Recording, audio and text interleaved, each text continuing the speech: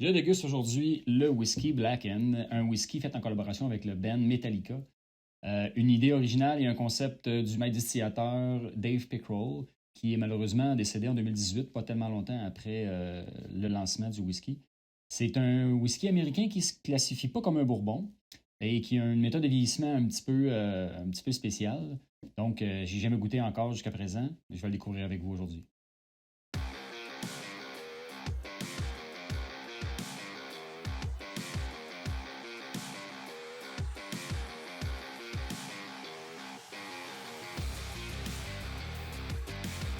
Le whisky Blackened est un whisky américain. On ne peut pas le classifier officiellement comme un bourbon parce qu'il est fait avec un assemblage de barils, de straight bourbon et de rye. Donc, c'est pour ça qu'on ne peut pas avoir l'appellation officielle de bourbon.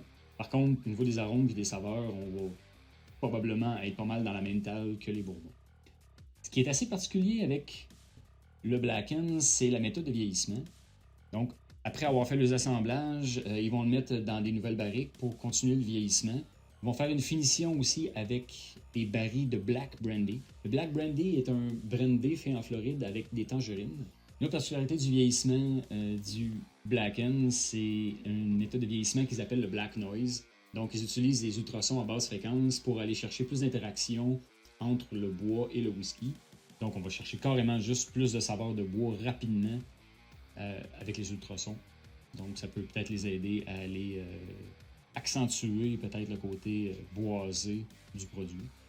Et aussi, ils mettraient de la musique de Metallica dans les entrepôts pendant toute la durée du vieillissement. Est-ce qu'on va voir un certain caractère différent dans le whisky à cause de ça? C'est ce qu'on va découvrir tantôt. C'est un whisky à peu près de 80$, quand même assez disponible en Amérique du Nord. Ici au Québec, disponible avec la SAQ. Puis, je l'ai vu quand même aussi ses tablettes aux États-Unis. Bien hâte d'y goûter.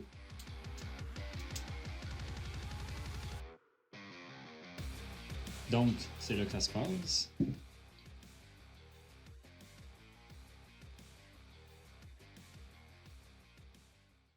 Le nez est très intéressant. Il est quand même discret. C'est pas un nez qui est explosif. Et j'ai pas vraiment beaucoup de chaleur non plus au nez. Le premier plan du nez m'évoque beaucoup les fruits à noyaux, pêche, abricots. Ensuite, j'ai le sirop de maïs avec un peu d'épices. Quand même assez discret, pas beaucoup de chaleur. Le bois vient vraiment en troisième plan, il vient un peu plus marier tout ça en arrière. Le bois vient rehausser, mais il est quand même plus discret. Là. Il se cache un peu derrière les épices. On sent le chêne, le bois mouillé, mais c'est discret.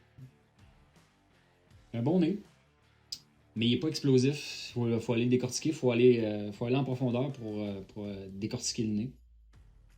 C'est le fun parce qu'il n'y a pas la brûlure de l'alcool qui vient nous empêcher d'aller plonger dans les arômes puis aller les décortiquer. Ouais, un nez agréable, bien, quand même assez bien balancé.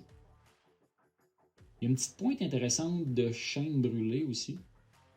Non, somme toute un nez agréable avec une belle petite complexité. On plonge, santé.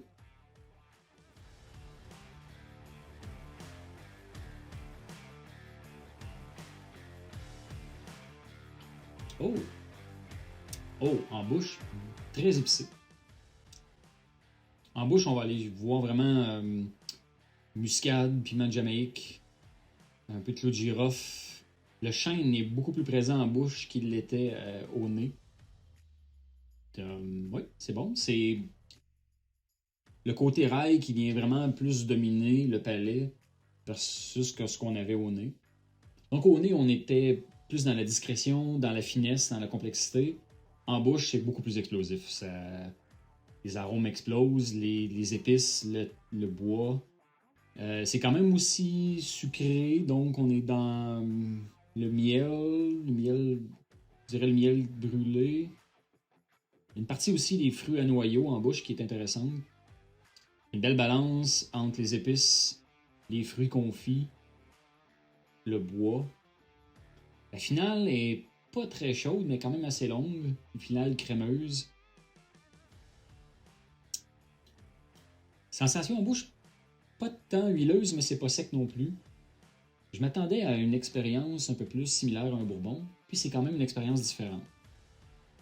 On reconnaît les arômes typiques des bourbons, mais je dirais que c'est un peu plus similaire à un whisky canadien qu'à un bourbon. À cause du vieillissement accéléré, je m'attendais à avoir plus de bois, plus de chêne, une grosse présence, beaucoup de tanins. Puis, surprenamment, au nez, très peu. Puis en bouche, c'est plus un côté épicé qui vient ressortir que le chêne comme tel.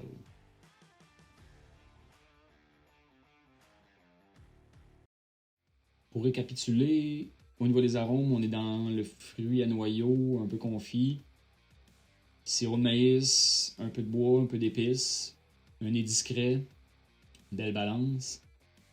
En bouche, plus puissant, beaucoup d'épices.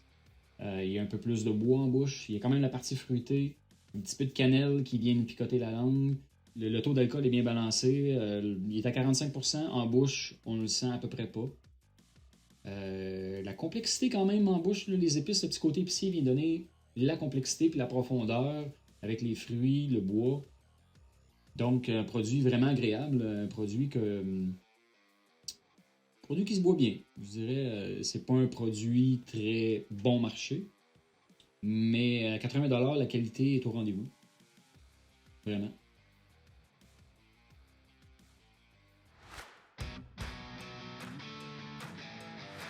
J'ai décidé de revisiter un peu plus dans le temps le Black End parce que lors de la découverte et de la première dégustation du whisky, j'ai suis resté un petit peu sur ma faim.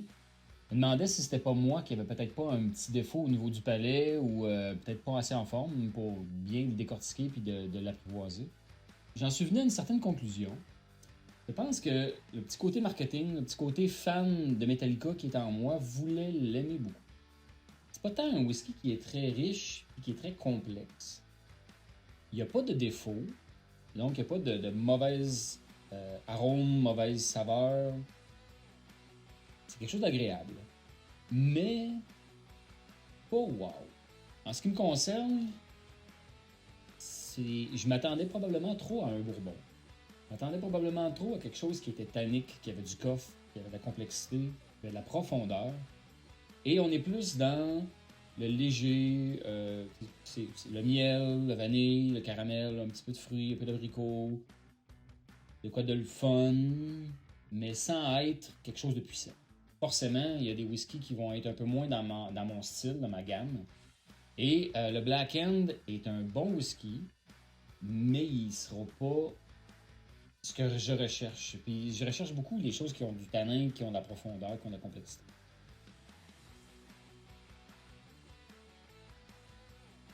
C'est quand même agréable. C'est quand même un whisky qui va donner une belle expérience, mais il est quand même un peu plus unidimensionnel. C'est pas quoi de mauvais, j'ai pas grand chose de négatif à dire, mais c'est plus un peu, je dirais, dans la moyenne. Quelque chose de standard. J'ai pensé à certains whisky canadiens où ce qui était une sensation d'être dilué un peu plus. Donc l'éthanol est là. C'est un éthanol doux, un éthanol neutre.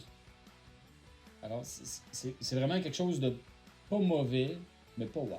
Ceci étant dit, il y a des bons côtés, vous allez peut-être l'aimer. Si vous aimez quelque chose d'un peu moins robuste, c'est probablement un whisky que vous allez apprécier. Sur ce, j'ai quand même aimé le découvrir. Santé.